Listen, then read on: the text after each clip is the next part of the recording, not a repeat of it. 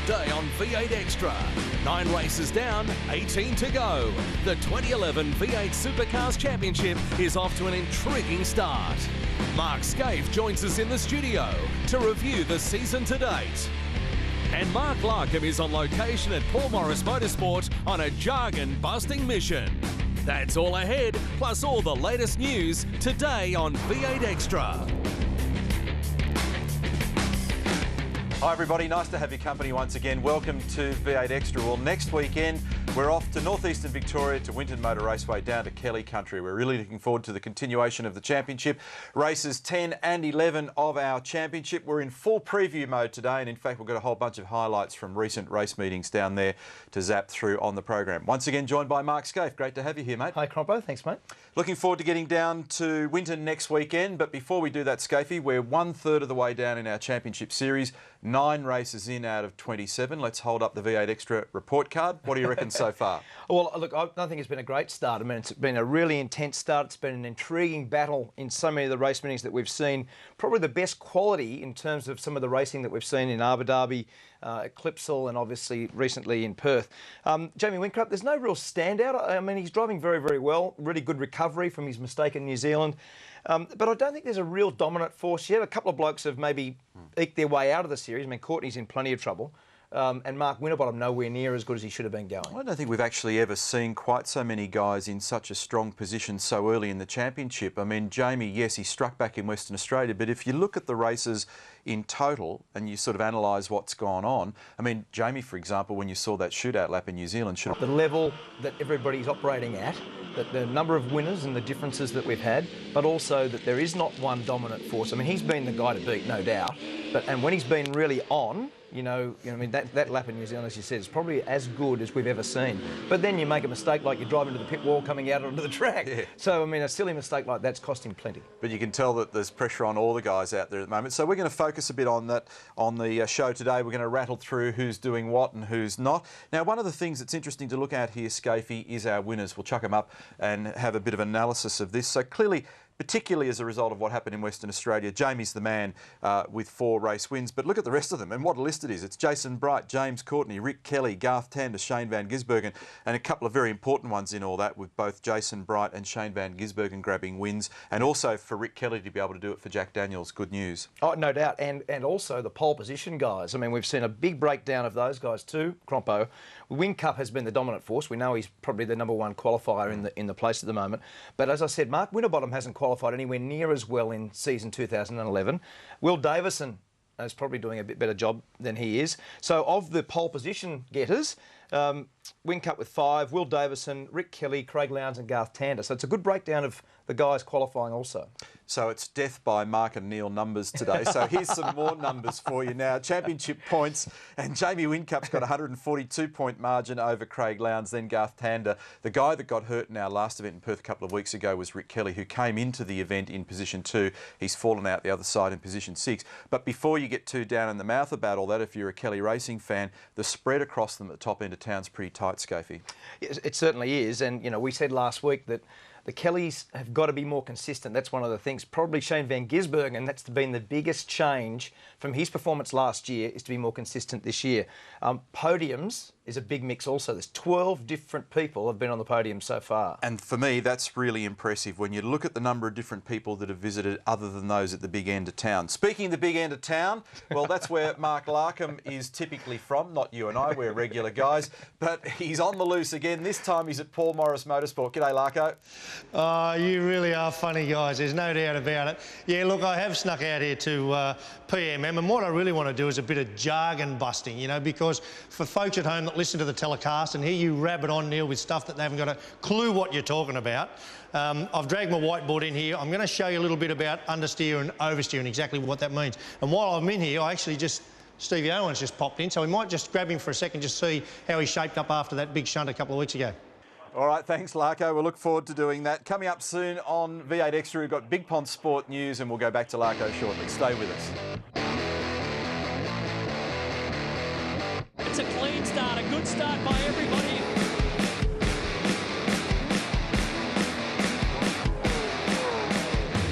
But a tremendous drive there for Jamie Whincup.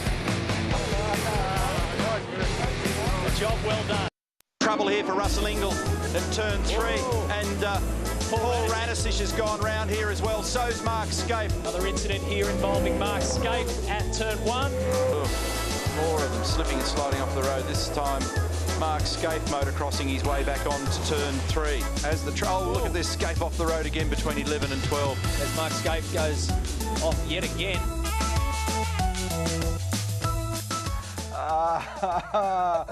Isn't that remarkably entertaining, folks? Sitting there this afternoon just watching Scafey firing off the road. That was back in 2007, because it perfectly leads us to our next element of this program, which we've talked up those that have done well at the start of the year. There've been a couple of blokes who haven't quite performed, and with that as a backdrop, Scafey, sorry, mate, but we look, the librarian found it. What can I say? Yeah. I had to use it. Thank you. There's a couple of guys that really haven't ticked the box so far this year. Do you think I should have went with a wet setup that day? It was a dry car in the wet. It wasn't too flat. Yeah, it didn't look too good. Anyway. We'll make another show out of that on another day. Exactly. Look, there has been some disappointments, no doubt. I mean, James Courtney, for mine's probably been the big one. He's had what you call the Saturday voodoo. You know, he's had dramas in race 1 at Abu Dhabi. He had dramas in race 3 at Clipsal with a steering arm. He parked in the wrong pit bay at Hamilton. I mean, it doesn't get much worse than that. And then obviously turn 1 with Rick Kelly in WA. So he's had a really bad start. He can't win the year, and as negative as that may seem, he's 450 points away. So he's 1.5 race meetings from Whincup in the lead. And it's quite strange, because he actually has put together some really good Sundays, including, of course, the win right at the very beginning of the year. So it is really lopsided for him. Yeah, it is. I mean, and look, obviously he's still driving very well, there's no doubt. And to have some of those race meetings that we've seen him drive well, you say, well, the form is still there. Changing teams, we know that the car is probably a bit Garth Tanderish in terms of the way the setup is. So there's a few things for him to get by. The other guy that I reckon has really underperformed so far is Mark Winterbottom. And you said at the start of the year, I remember distinctly in the commentary box at one point saying, this is the year for Ford Performance Racing and for Mark Winterbottom. And they've certainly had some success, but not nearly as consistent as they probably would have liked. Well, you know, New Zealand and WA, they've really struggled. And you can't have that, Croppo. I mean, when you're the factory team for Ford, you have to be more consistent than that. He hasn't raced well enough. In fact, his teammate's done a better job. His teammate is in 5th position thus far. Mark is back in 9th position, 281 points from Jamie Whincup. So he's 1 full race meeting almost away from the lead of the series. So for the factory team for Ford and for Mark Winterbottom, they'll need to lift. We started this segment with my good friend on the left giving us a very good demonstration of understeer and oversteer. Winton is renowned for a place. Next weekend we'll be talking a lot about it. So we thought this weekend it was appropriate on the program to try and unravel a bit of that chat. Let's get back to Queensland, and Larko's broken out the crayon again with the whiteboard. Yeah, thanks, Neil. Hey, I was there that day with Scafey, mate, and look, I can't tell you how bad I felt for him on that day. OK, look, want to try and give you the definitive description to understeer and oversteer. So I've laid out on my whiteboard here, turn and 10 at Winton, a nice little tight left-hander, and I've brought along to help me here today Joe Siffert in a 1967 Lotus 49, and his mate Jimmy Clark. Now, Neil, you might recall, I think you're about, 22 years old in 67 when they were racing these cars. But I'm going to use these because they'll graphically display what the front tyre's doing. So let's first have an attack at what we'll call understeer. Right, now, understeer can happen at any time. It typically happens early in a race when your rear tyres are warmer than your front tyres, because your rear tyres get hotter because the power goes into the rear tyres. Now, if I draw a racing line through here, very typical racing line, there's your apex, and you go out there. Understeer will be when you're trying to get in and through the corner, right?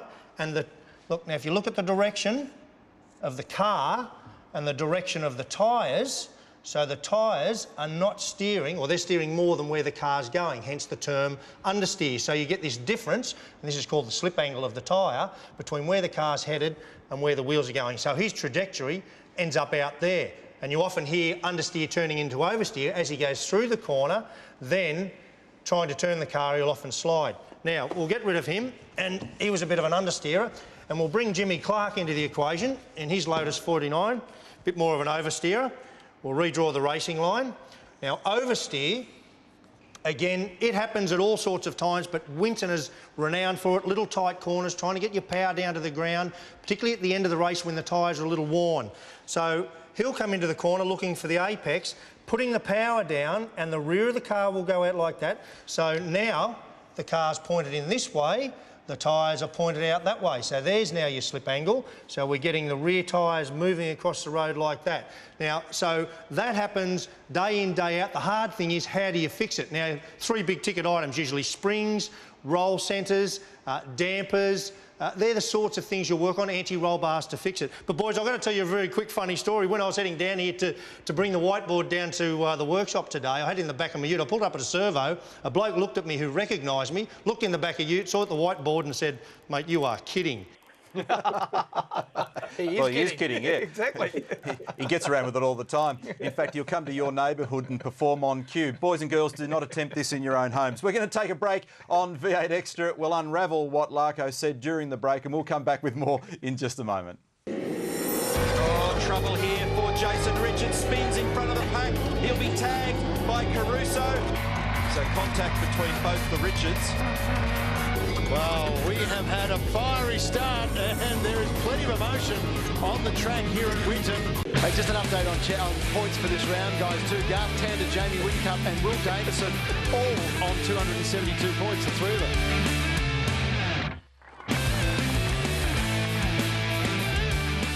2008 back at Winton, it was an amazing year because 3 guys tied for points at the end of all of that.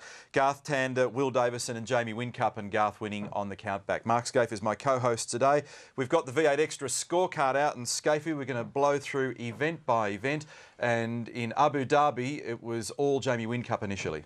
Well, it was. I mean, the Wincup performance, we've said the whole time, he's been the benchmark. But I really thought the battle between James Courtney and Jason Bright was just extraordinary. There's not too many better races.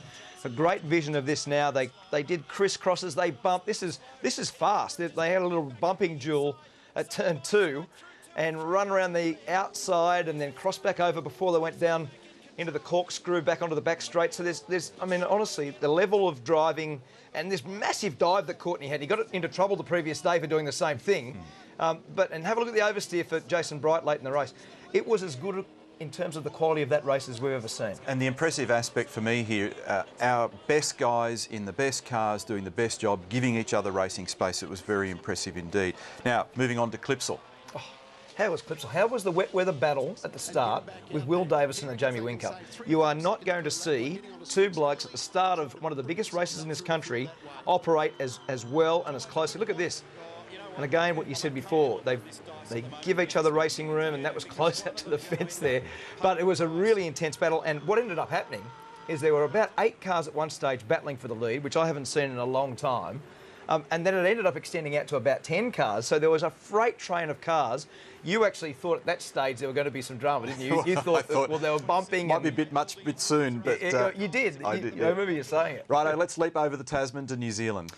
NZ, well, I mean, you know, sometimes a little bit of dampness does a fair bit for our racing, and that race in the rain was as good as you'd ever see. Van Gisbergen, I thought, had gone to a new level. First win on home territory, so certainly a big moment for him in his career, but also for Kelly Racing. I mean, for the Kellys to get their first win after a couple of years, I thought Rick Kelly drove very well all weekend, and certainly, you know, the reaction from locals when Van Gisbergen won was one of the best as we've seen. I mean, the atmosphere was great, wasn't it? And from one extreme to the other, Scaife, from the east to the extreme west to the west coast of Australia, and again, a big bounce back by Whitcup when it counted. Yeah, well, we were very critical of the mistake that he made. I mean, that mistake coming out of the pits after a great qualifying performance, you know, that'll live with him forever. He come back and he dead set. I thought, you know, when he lifts and he does a good job like that, we saw in every session in qualifying especially, do some perfect laps, some very, very good laps. But again, it was a really good job by Jason Bright to fight back, and the quality of the racing on hard tyre and soft tyre, I thought for the weekend was very good. Scaife, looking at those images there just a couple of moments ago, for me, I reckon it's the best start that we've seen in our championship so far. Great driving from great teams and a huge variety of successes you detailed. Well done. And there's a whole lot of news attached to all that as well. We could sit around for hours and have a yak about it, but I want to fill in the blanks about what's going on in terms of those getting ready for next weekend. We'll do that by sneaking across to the newsroom. Here's Matty White. Well, Cromley, as always, plenty of news around. Carl Reindler had a skin graft on Monday. He is keen to race next weekend, provided it heals in time. If it doesn't, Andrew Jones is the favourite to fill in at Brad Jones Racing. Fujitsu Series star Nick Percat has been given his big chance for the Enduros. Signed up by HRT this week to drive with Garth Tander. Cam McConville is also back. He'll team up with James Courtney, while Wilson Security Racing have thrown Dale Wood a lifeline. He'll drive their Ford with Tony D'Alberto. It was pretty busy at Winton on Tuesday with all Victorian teams testing, FPR putting special focus on improving their soft tyre pace. Paul Dumbrell, Garth Tander, Michael Caruso and Greg Murphy were the pace setters there. And great news off the track this week with Etihad Airways announced as the official international airline of the championship. That's Big Pond Sport News Extra for now. After the break, we'll check in with Steve Owen for an update on his preparations for Winton. Onto the softs they go. He's got him. He's got him. Good pass. Craig Lowndes locks it in at Winton. Lounsey slide. Craig Lowndes takes out. This isn't just a win for James Courtney. This is a win for V8 Supercars. Around he comes. James Courtney, that's a championship-changing victory. Well done.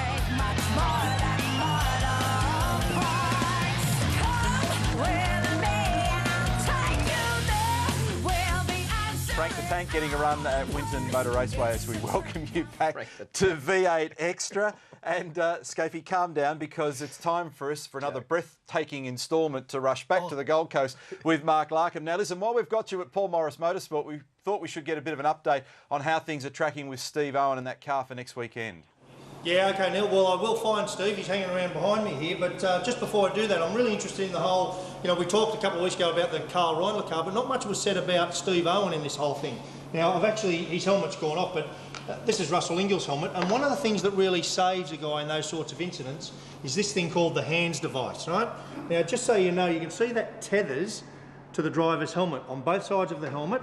And then this piece, this carbon fibre piece, sits over his shoulders and is restrained by the seat belts. So obviously in a frontal impact, you can see there the helmet can only go so far forward, which protects the driver's neck. Now I've got to say that is one of the great innovations in motorsport safety and worked very, very well in Steve Owen's case. And Steve's up the back here. Hey Steve, how are you? Hey mate, how you going? Nice to see you. Got to ask you mate there a couple of weeks ago, big incident.